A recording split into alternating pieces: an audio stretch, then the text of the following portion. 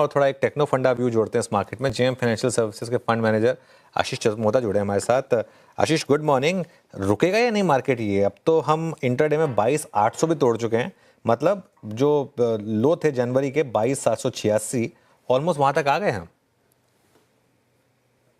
बिल्कुल। तो good morning अनुज। तो देखिए, मेरे हिसाब से दो तीन जो डेटा जिसको हम बहुत क्लोजली वॉच कर रहे हैं, एक है कि इंडेक्स में जो लॉन्ग शॉर्ट रेशियो है वो एक अच्छा इंडिकेटर होता है बाजार में दिखाने के लिए कि रिकवरी कहाँ आ सकती है। तो आप देखेंगे 89% के कहीं ना कहीं अभी भी शॉर्ट्स एफआईएस के द्वारा बने हुए हैं बाजार के अंदर में, और मात्र 11 से 12% की जो पोजीशन है वो लॉन्ग साइड पे बनी हुई है।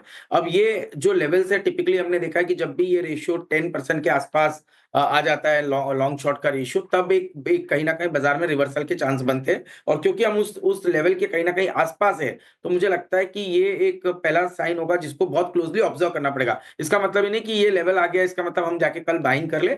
ये एक इंडिकेटर है कि यहाँ पर पे बहुत एक्सट्रीम ओवरसोल्ड पोजीशन एफआईएस की, और जनरली इस एरिया से रिकवरी आती है।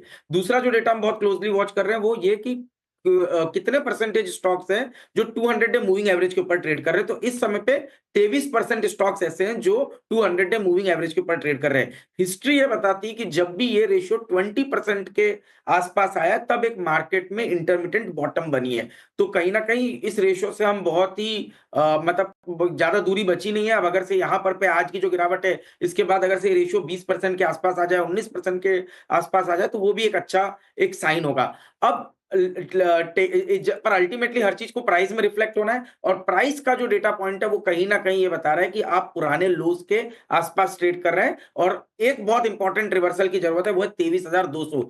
जब तक 23,200 के ऊपर बाजार नहीं जाता, तब तक के ये प्रिज्यूम करना कि बाजार का बेस यहां बनेगा या ये बॉटम नहीं टूटेगा, मैं जनरली ट्रेंड फॉलो करता हूं। तो मुझे लगता है कि मैं रिवर्सल सिग्नल का वेट करूंगा, वो होगा 23,200 के ऊपर।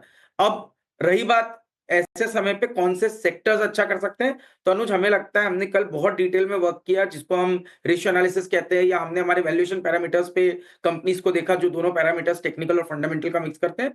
तो तीन स्पेस हमें क्लियरली लगता है जो ओवरवेट होना चाहिए: बैंकिंग, फाइनेंशियल, आईटी, फार्मा और हेल्थ केयर। ये ऐसी जगह पे जहां पर पे सबसे ज्यादा सेफ्टी इस समय बाजार पे है। और इसके अलावा कुछ भी आप पोर्टफोलियो में रखेंगे तो कहीं ना कहीं जो मार पड़ने के चांस है वो ज्यादा है। तो इस पोर्टफोलियो की जो ओवरवेट पोजीशंस है वो इन चार सेक्टर्स के अंदर में होना जरूरी नजर आती है। आशीष जी, इस मुस्कुराहट का राज क्या है? I mean, हेजिंग करके बैठे हैं पीएमएस में, या फिर अभी उतना डैमेज नहीं हुआ है?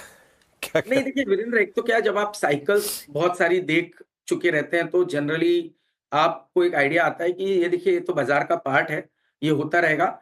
मैं ये समझता हूँ कि इसको आप इस तरह देखिए कि जो लोग अभी तक के इस रैली में पार्टिसिपेट नहीं कर पा रहे थे, एक बहुत बड़ी बुल मार्केट चल रही थी, उनके लिए वापस एक बड़ी अपॉर्चुनिटी बाजार में बनेगी।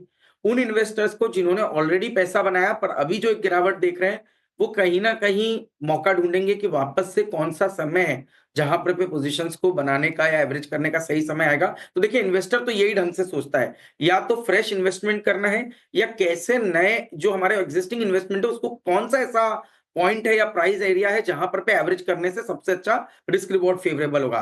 क्योंकि अब ये प्राइस डैमेज तो आ चुका है, इसमें देखिए कोई बात नहीं, इसमें सबको मार पड़ी, चाहे हम हो या दूसरा कोई भी जिसके पास पीएमएस हो या स्टॉक पोर्टफोलियोज हो, सभी को मार पड़ी है। पर इसको अगर से आप पॉजिटिविटी के साथ देखें तो अब एक अच्छी अपॉर्चुनिटी भी बाजार में बनना शुरू हो जाएगी। तो मेरे हिसाब से अब अपने आप को ओपन रखिए, देखिए कहाँ कहाँ प्राइस करेक्शन हुआ है, बट अर्निंग ग्रोथ अच्छी आ रही है, टॉप लाइन ग्रोथ अच्छी आ रही है, केपेक्स किसी कंपनी ने ऑलरेडी कर चुका है और अब वहां पर पे एसेट टर्न अच्छा हो सकता है, तो वहां पर पे आपको अर्निंग ग्रोथ नजर आएगी। और मुझे लगता है कि ये एक अच्छा एरिया होगा जहां से अच्छे स्टॉक्स के अंदर में देखने की हम शुरुआत कर सकते हैं।